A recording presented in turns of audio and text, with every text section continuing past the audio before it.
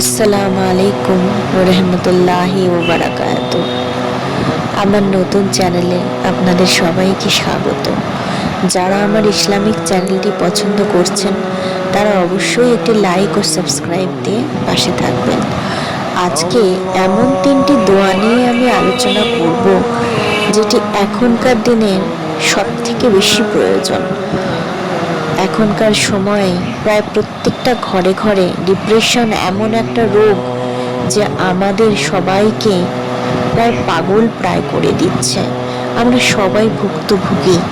আসুন এমন 3টি দোয়া নিয়ে আমি আলোচনা করি যে 3টি দোয়া আপনি পাঠ করলে আপনাকে ওযু করা লাগবে না।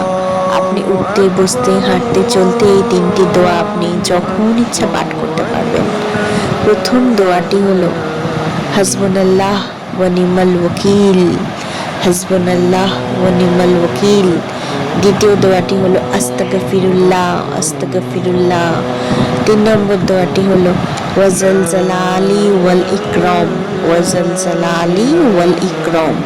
এই 3টি দোয়া আমরা জানি কিন্তু আমরা পাঠ করি না, তাই না?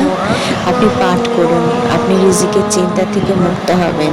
আল্লাহ তাআলা আপনাকে দুশ্চিন্তাগ্রস্ততা থেকে মুক্তি দেবেন। আল্লাহ আপনাকে শান্তি প্রদান করবেন। আল্লাহ আপনাকে দুশ্চিন্তা মুক্ত করবেন। আমিন।